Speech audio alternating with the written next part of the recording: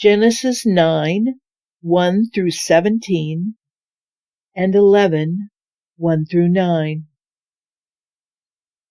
God blessed Noah and his sons. He said, "Prosper, reproduce, fill the earth. Every living creature, birds, animals, fish, will fall under your spell and be afraid of you. You're responsible for them. All living creatures are yours for food, just as I gave you the plants. Now I give you everything else, except for meat with its lifeblood still in it. Don't eat that.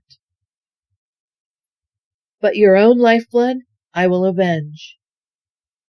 I will avenge it against both animals and other humans. Whoever sheds human blood, by humans let his blood be shed, because God made humans in his image, reflecting God's very nature.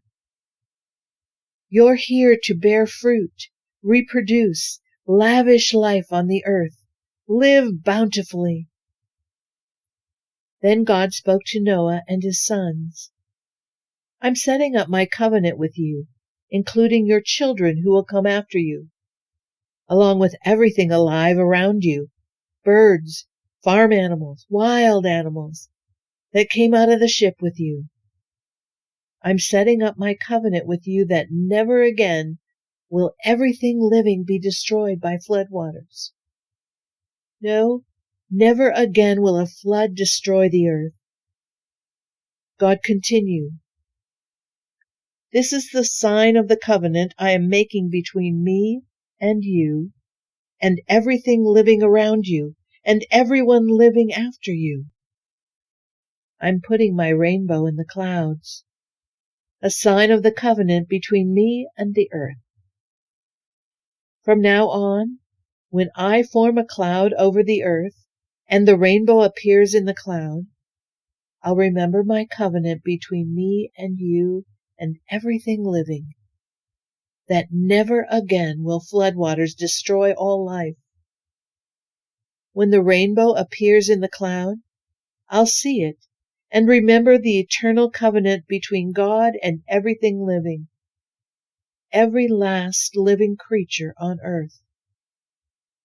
And God said, "This is the sign of the covenant that I've set up between me and everything living on the earth." God turned their language into Babel.